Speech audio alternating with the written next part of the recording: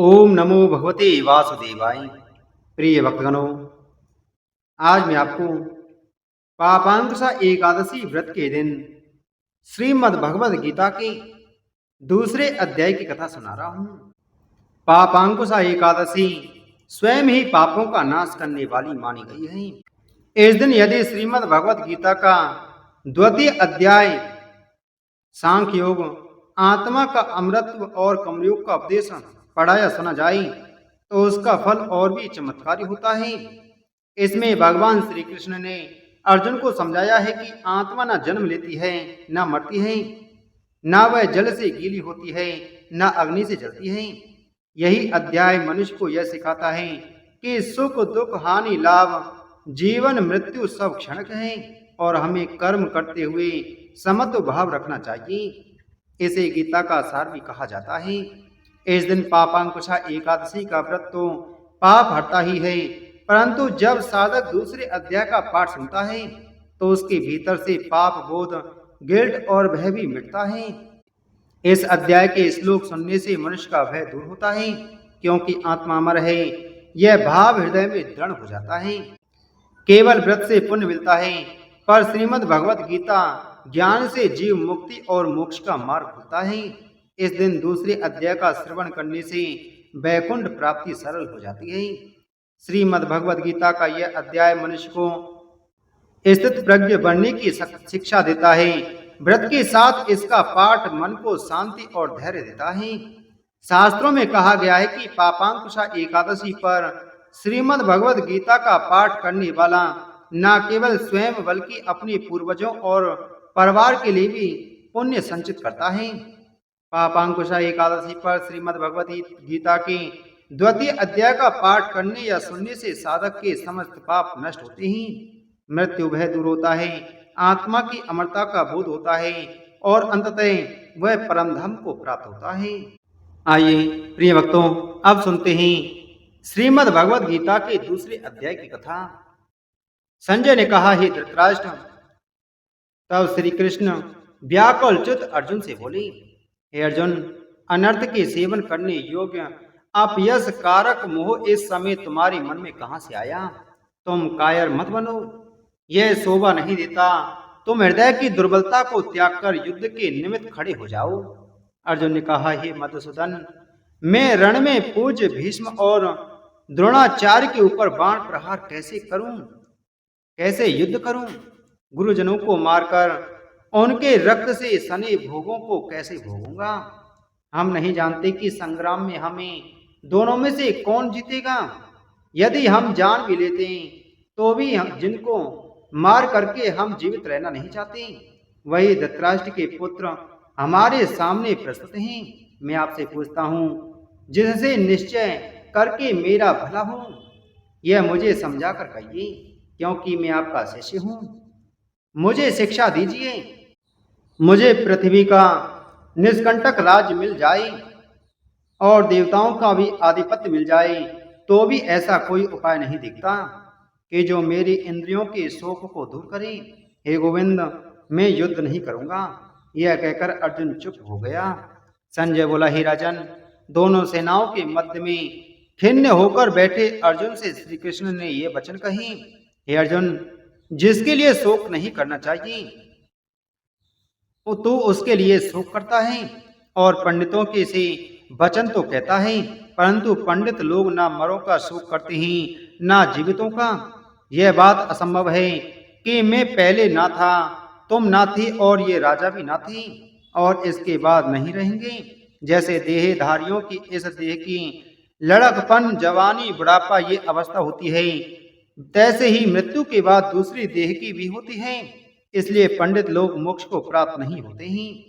हे नरश्रेष्ठ, सुख दुख को समान मानने वाली जिस वीर पुरुष को ये वह पदार्थ क्लेश नहीं देते, वह मोक्ष पाने का अधिकारी है। असत वस्तु का तो अस्तित्व नहीं है और सम का अभाव नहीं है। इस प्रकार इन दोनों को ही तत्वज्ञानी पुरुषों ने देखा है। जिससे सारा संसार व्याप्त है, उसको अविनाशी जानो, क्योंकि इस नाश रहित आत्मा का विनाश करने में कोई समर्थ नहीं है। अतएव हे भारत, तुम युद्ध करो। जो पुरुष इस आत्मा को मारने वाला तथा जो मरने वाला मानते हैं वे दोनों ही ज्ञानी नहीं हैं, क्योंकि यह आत्मा न मरती है न मारती है। आत्मा न कभी जन्मती है और न कभी मृत्यु को प्राप्त होती है। नष्ट होने पर भी वह नाश को प्राप्त नहीं होती। जो पुरुष इस आत्मा को नित्य, अविनाशी, निर्विकार और अजन्मा जानता है वह किसको घात करवाएगा और किसको मारेगा। जिस प्रकार मनुष्य पुराने वस्त्र को फेंककर नए वस्त्र ग्रहण करता है, उसी प्रकार आत्मा पुरानी देह छोड़कर नई देह धारण करती है। आत्मा को शस्त्र नहीं काट सकते हैं, अग्नि नहीं जला सकती है, जल भिगो नहीं सकता। यह अविनाशी, सर्वव्यापी, स्थिर, अचल और सनातन है। यह इंद्रियों से जानी नहीं जा सकती, यह कल्पना से भी परे है। इसलिए ऐसा जानते हुए तुम्हें शोक करना उचित नहीं। हे माँ बाहो, यदि तुम इस आत्मा को नित्य जन्म लेने और नित्य मरने वाली मानते हो तो भी तुमको शोक नहीं करना चाहिए, क्योंकि जो जन्मा है उसकी मृत्यु और जिसकी मृत्यु हुई है उसका जन्म निश्चय है। अतएव जो बात अनिवार्य है उसके लिए शोक करना व्यर्थ है। जन्म लेने से पहले क्या था किसी को मालूम नहीं, फिर मरने के पीछे क्या होगा कोई नहीं जानता। ऐसी दशा में किस बात का सोच करना तुमको उचित है। इस कारण सब प्राणियों के विषय में तुमको सोच करना उचित नहीं है। अपने धर्म को भी सोचकर तुमको घबराना उचित नहीं है, क्योंकि क्षत्रिय को धर्म पूर्वक युद्ध से और कुछ भला करने वाला नहीं है। हे पार्थ, बिना इच्छा किए स्वर्ग का द्वार रूप यह युद्ध तुमको स्वतः प्राप्त हुआ है। यदि तुम अपने धर्म के अनुसार इस संग्राम को ना करोगे तो अपना धर्म और बड़ाई खो बैठोगे। सब लोग सदा तुम्हारी अपकीर्ति करेंगे और प्रतिष्ठा वाले पुरुषों के लिए अपयश का होना मृत्यु से भी बढ़कर है। ये महारथी समझेंगे कि अर्जुन डरकर संग्राम से हट गया, और अब तक जो लोग तुम्हारा मान करते थे वे अपयश करने लगेंगे। शत्रु लोग तुम्हारे पराक्रम की निंदा करते हुए अनेक प्रकार के दुर्वचन कहें। इससे बढ़कर दुख तुमको और क्या होगा। यदि तुम युद्ध में नष्ट हो गए तो स्वर्ग का सुख भोगोगे और जीतने पर पृथ्वी तल का राज्य करोगे। इसलिए युद्ध के निमित्त दृढ़ प्रतिज्ञ होकर खड़े हो जाओ। सुख दुख, लाभ हानि, जय पराजय इनको समान समझकर लड़ने के लिए तैयार हो। ऐसा करने से तुम पाप को प्राप्त नहीं होंगे।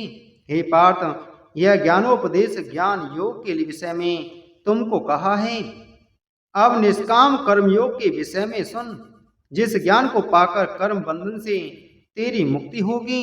कर्म योग मार्ग एक बार प्रारंभ किए बिना कर्म का नाश नहीं होता और विघ्न पड़ने पर भी सौ फल होता है। और इस कर्म का केवल प्रारंभ ही संसार की भय से छुड़ाकर पूर्ण ब्रह्म प्राप्त कराता है। निश्चय करने वाली बुद्धि इस निष्काम कर्म में एक ही है और कामना वाले पुरुषों की बुद्धि एकाग्र नहीं रहती, उसकी शाखा प्रशाखाएं होती हैं। ऐसी दशा में मनुष्य संदेह में रह जाता है। हे अर्जुन, अज्ञानी उस पुष्पता वाणी को ही स्वर्ग सुख से बढ़कर कुछ नहीं समझते।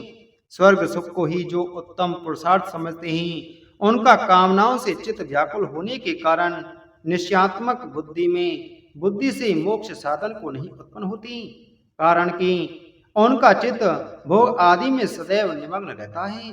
जिन मनुष्यों का चित्त इस प्रकार मोह लिप्त है और जिनकी आसक्ति भोग विलास और ऐश्वर्य में है, ऐसे पुरुषों के अंतःकरण में निश्चयात्मक बुद्धि नहीं होती है। हे अर्जुन, वेद त्रिगुणात्मक सकाम है, तुम निष्काम हो जाओ।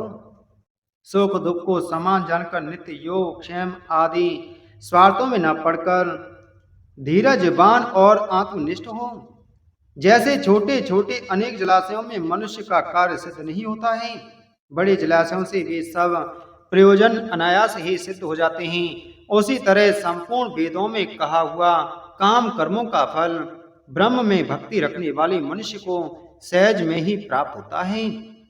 तुमको केवल कर्म करना चाहिए, फल तुम्हारे अधिकार में नहीं। तुम ना तो फल की अभिलाषा से काम करो, ना निकम्मे ही रहो। फल की आशा त्याग कर कार्य की सफलता को समान मानकर तुम योगस्थ होकर कर्म करो।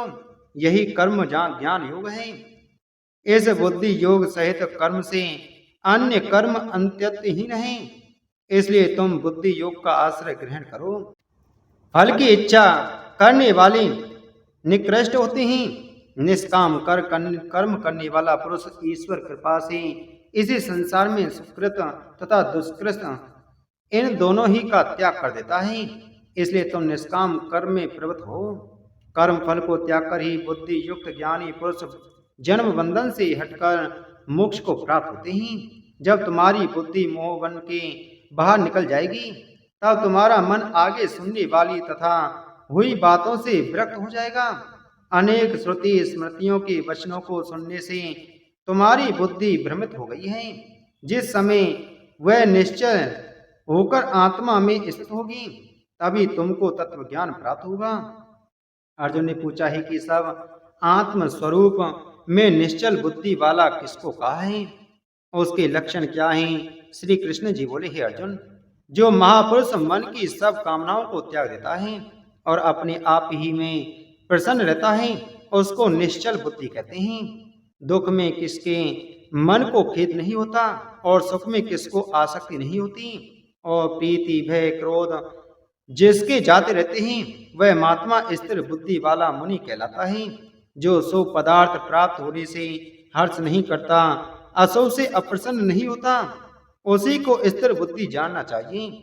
और कछुआ जैसे अपने अंगों को सिकोड़ लेता है, उसी तरह जो मनुष्य अपनी इंद्रियों को विषयों से हटाता है, उसी की बुद्धि स्थिर जाननी चाहिए। निराहारी पुरुष के विषय घट जाते हैं, परंतु विषयों में उसकी चाह बनी रहती है। पर ब्रह्म का अनुभव होने पर चाह भी घट जाती है। हे अर्जुन, मोक्ष में प्रत्यक्ष करने वाले विद्वान व्यक्ति को भी प्रबल इंद्रिय बलात्कार से उसके मन को जीत लेते हैं। इसलिए सब इंद्रियों को विषयों से रोक मेरे विषय में तत्पर हो जावे। जिसने इंद्रियों को वश में कर लिया है, उसकी बुद्धि निश्चल है। जो पुरुष विषयों के ध्यान में रहता है, उसकी प्राप्ति हो जाती है। प्राप्ति होने से कामना होती है, इच्छा के पूर्ण न होने से क्रोध की उत्पत्ति होती है, क्रोध से अविवेक होता है, अविवेक से स्मरण शक्ति नष्ट हो जाती है, स्मरण शक्ति के नाश होने से बुद्धि क्षय होती है। जिसकी बुद्धि का नाश हुआ है, वह विनाश को प्राप्त होता है। जो पुरुष राग द्वेष से रहित हो, अपने मन को वश में रखता है, वह शांति को प्राप्त होता है। शांति मिलने पर सब दुखों का नाश हो जाता है। प्रसन्न चित्त वाले की बुद्धि निश्चल होती है। जो पुरुष योग युक्त नहीं है, उसकी निश्चल बुद्धि उत्पन्न नहीं होती। ईश्वर में भावना नहीं होती। भावना के न होने से शांति प्राप्त नहीं होती। अशांत के सुख कहाँ से मिलेगा? जैसे वायु नाव को जल में खींच ले जाती है, उसी प्रकार इंद्रियां उस पुरुष की बुद्धि का नाश कर देती हैं, जिसका मन विषय सिद्धि से इंद्रियों के पीछे लग जाता है। इस कारण हे महाबाहो, जिसने इंद्रियों को विषयों से सर्वथा रोक रखा है, उसकी बुद्धि स्थिर है। जो सब प्राणियों की रात है, उसमें संयमी जागता रहता है, और प्राणी मात्र जिस समय जागते हैं, मुनिजनों की वह रात्रि है। जल से भरे समुद्र में और नदियों का जल भरने पर भी वह अपनी मर्यादा पर रहता है। उसी प्रकार जिस पुरुष में इच्छा के न रहने पर भी सब विषय भोग प्रवेश करते हैं, उसी को शांति मिलती है। विषयों की इच्छा करने वाले को शांति नहीं मिलती।